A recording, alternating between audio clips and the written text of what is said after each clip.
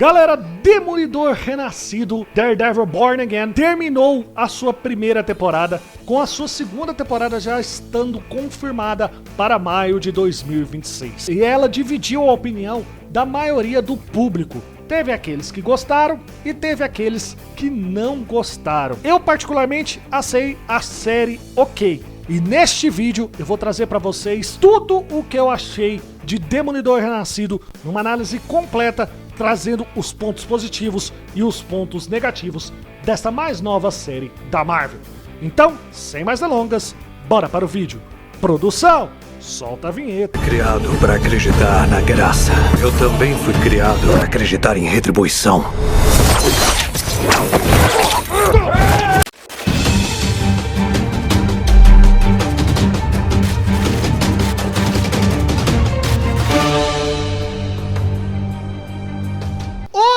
Eu sou o Murilo e você está assistindo ao The Geek. Galera, sejam muito bem-vindos a mais um vídeo aqui no canal. E galera, como eu disse na introdução desse vídeo, Demolidor Renascido, Demolidor Born Again, está concluída aí a sua primeira temporada, já que a série já está renovada para uma segunda temporada, cuja sua previsão de estreia é para maio do ano que vem. E a pergunta que não quer calar: será que Demolidor Renascido conseguiu ser melhor do que as 3 primeiras temporadas de Demolidor feitas pela Netflix?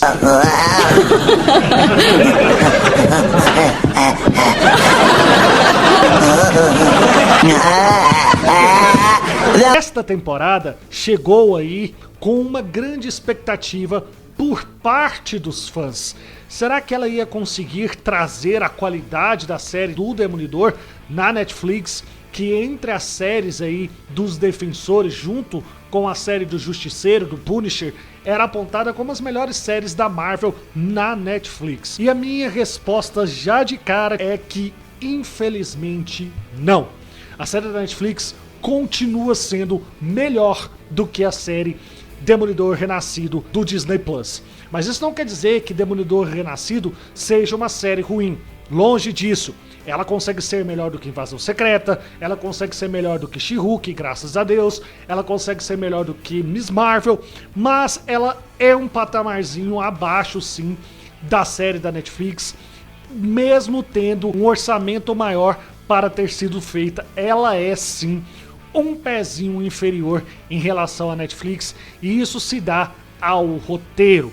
That's just lazy writing. Vicente D'Onofrio e Charlie Cox mais uma vez retornam aqui no MCU, interpretando os seus respectivos personagens, o Matt Murdock, Demolidor, e o Rei do Crime, Wilson Fisk. E embora eles atuem bem, porque eles são 2 baita atores, então mesmo que o roteiro não seja lá um primor, eles entregam boas cenas. Mas se a gente comparar o nível de atuação deles na série da Netflix para a série Demolidor Renascido aqui do Disney Plus, é visível a queda de qualidade, principalmente na questão do Charlie Cox. Acho que o Charlie Cox entregou muito mais, principalmente como Demolidor, na série da Netflix. Não que aqui ele não tenha entregue. Quando ele está como Demolidor, ele continua sendo muito bom, mas é um nível ainda abaixo do que a gente viu nas 3 primeiras temporadas da série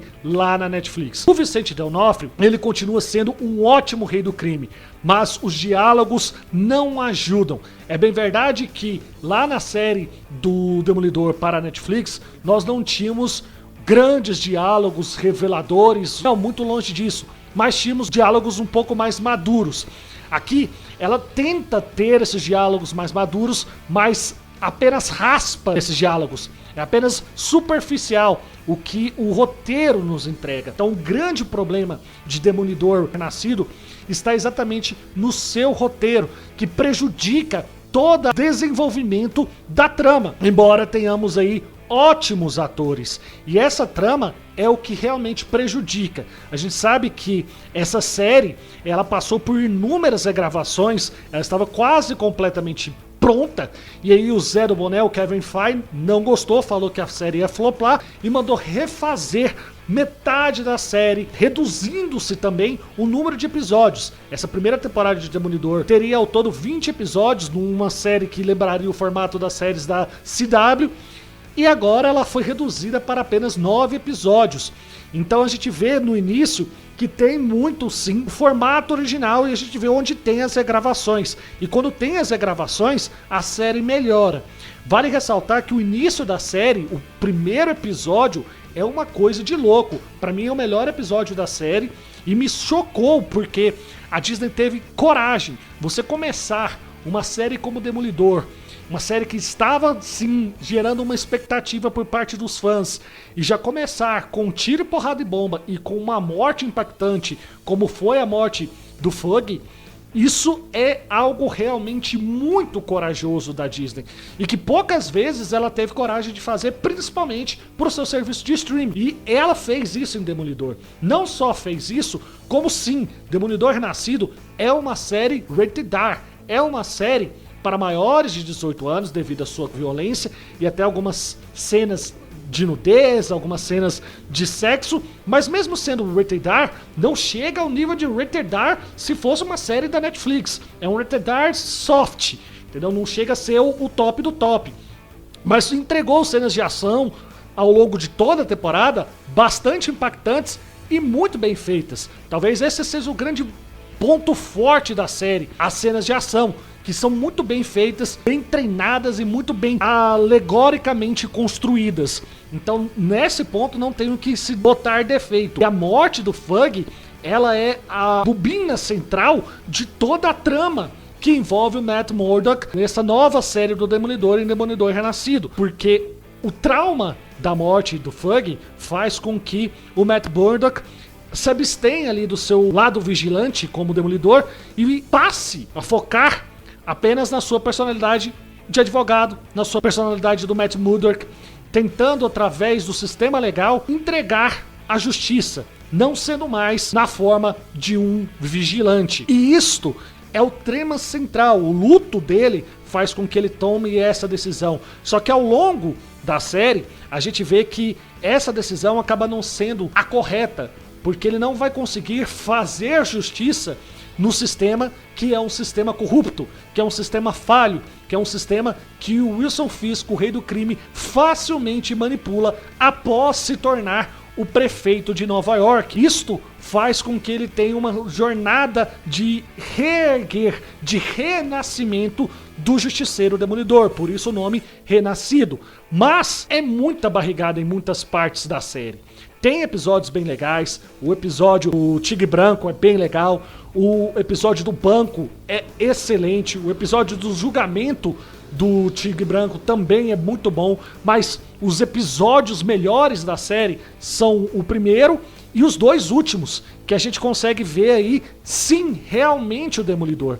A série, como já havia sido dito antes das regravações, é uma série voltada muito mais para o lado advogado. É uma série de advogados do Disney Plus, com esse upgrade de se passar dentro do MCU, de ter esse elemento fantasioso. Talvez aqui a Marvel tentou se redimir do fracasso que ela fez com She-Hulk. Porque antes da série de She-Hulk sair, havia rumores de que a Marvel queria fazer uma série de advogados de She-Hulk ambientada nesse universo de super-herói. E ela fracassou miseravelmente com o que ela fez de She-Hulk. Tanto que She-Hulk foi sucateada para escanteio. Ninguém mais fala de She-Hulk dentro do MCU. Porque ela não soube trabalhar o personagem e até mesmo o momento advocatício de She-Hulk virou uma presepada, virou uma comédia.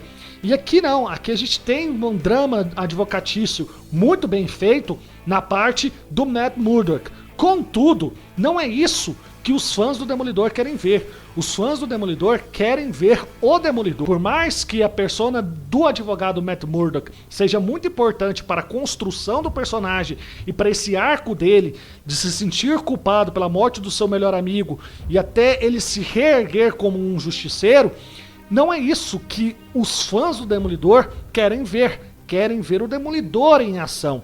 E isso faltou muito nessa temporada. Tivemos poucos episódios em que realmente vemos o Demolidor sendo o Demolidor. E a gente só vai ter isso em momentos esporádicos. Outro ponto que também me leva um pouco a não gostar tanto assim da série são alguns personagens. O próprio Tigre Branco é um baita de um personagem e aqui ele foi reduzido a um coadjuvante do coadjuvante. Mas mesmo assim não me incomodou tanto. Mas é diferente, por exemplo, do que acontece com o Moose. O Moose é um baita de um vilão dos quadrinhos da Marvel. Um baita de um vilão que dá muito problema pro Demolidor. E a resolução do Moose aqui é uma resolução pífia dentro de Demolidor Renascido. Ao longo da trama, a gente tem a ilusão de que o Moose vai ser o Big Boss, de que o Moose vai ser a grande ameaça dessa temporada. E em 2 episódios já se resolve o problema do Moose numa resolução em que um NPC aleatório da série vai lá e dá cabo do personagem. Faltou uma construção narrativa melhor para a série. Construção narrativa essa que eu acho que a série da Netflix tinha. E aqui, por mais que tenha um orçamento maior, deixou de lado tal construção em vários momentos, focando-se mais na questão da violência quando teve, que não foi em todos os episódios. É uma série que deixa muito a desejar, mas entrega algumas coisas bem legais. Um ponto positivo dessa série é a presença do Justiceiro do Jon Bernthal, que, na minha opinião, é um dos poucos personagens da Netflix que foram trazidos aqui para o MCU que se manteve totalmente a essência do personagem lá da Netflix. O Matt Murdock e Demolidor do Charlie Cox mudou um pouco, não é o mesmo personagem. Você vê nuances bem interessantes dele na série da Netflix para as suas participações dentro do MCU. O Rei do Crime também não é o mesmo Rei do Crime. Há uma diferença muito característica de personagem do Wilson Fisk na série da Netflix para a participação do Wilson Fisk em todas as suas participações dentro do MCU. Mas o Justiceiro, o Punisher do Jon Bernthal continua sendo aquele cara faca na caveira de poucas conversas e as participações dele são sempre muito boas. E eu critiquei aqui que o roteiro não é lá grande coisa em Demolidor Renascido.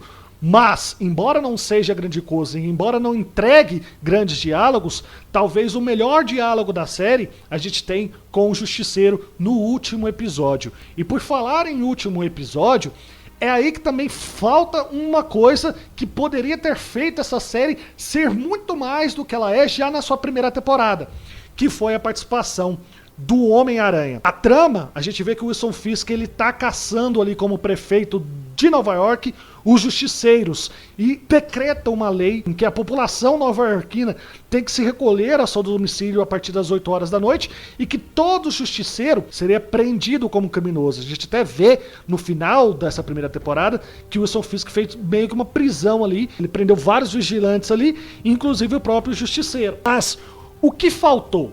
Faltou a presença do Homem-Aranha. Porque, embora o Homem-Aranha tenha sido mencionado dentro da trama de Demolidor Renascido pelo próprio Wilson Fisk, esse decreto, obviamente, vai interferir no enredo de Homem-Aranha 4. Vai ser muito difícil justificar em Homem-Aranha 4 como o Homem-Aranha continuou tendo as suas atividades como amigão da vizinhança, sendo que a sua base operacional é em Nova York, e em Nova York o Wilson Fisk decretou uma lei que coloca não só a população de Nova York, mas como todo o armamento policial contra os vigilantes. Faz a população e a polícia ir atrás dos vigilantes, inclusive com liberdade de poder empregar armas letais e força excessiva para derrotar os vigilantes.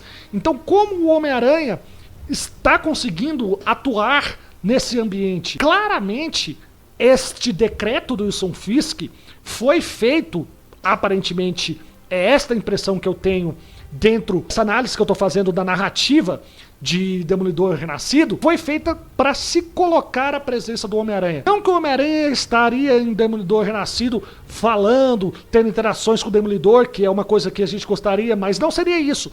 Seria tipo o que aconteceu em X-Men 97, quando temos as aparições do Homem-Aranha, como temos as aparições do Peter Parker. Seria apenas cameos. Ele ia aparecer ali para mostrar que ele está inserido também nesse contexto da lei antivigilante. E isto, na minha visão, só não ocorreu devido ao contrato de empréstimo do Homem-Aranha entre Sony e Marvel, que a Sony proíbe que o Homem-Aranha seja utilizado em qualquer produção da Marvel live action, a não ser os filmes. E que, se for utilizado em animações, tem que ser utilizado em animações de no máximo 30, 40 minutos, como foi o caso do meu amigão da vizinhança, o Homem-Aranha. Esse roteiro, ele ainda fica mais vazio do que ele já é, pela ausência do Homem-Aranha, o que vai ser muito difícil de ser explicado dentro de Homem-Aranha 4, e eu acredito que eles não vão explicar, eles vão simplesmente ignorar este fato e dar sequência à narrativa multiversal, que é o tema central dos filmes do MCU. Por mais que tenha bom orçamento, tenha bons atores, que embora tenham recebido roteiros ruins, entregam, tenha cenas de ações legais, tenha momentos bastante marcantes, como a morte do Tigre Branco, como a revelação de quem mandou matar o Fug tenha sido a Vanessa, que aqui, ao contrário do que acontece na série da Netflix, tem muito mais relevância para a história do que lá ela tinha. Então, embora todos esses elementos positivos, o problema do roteiro e talvez esse cameozinho que daria um upgrade na série fazem com que ela seja um pé atrás da série da Netflix e não tenha atingido todo o seu potencial. Espero que a segunda temporada que estreia ano que vem consiga atingir todo esse potencial, porque até agora a gente já teve o Demolidor em Homem-Aranha No Way Home, já tivemos o Demolidor em She-Hulk e já tivemos o Demolidor agora em sua série própria.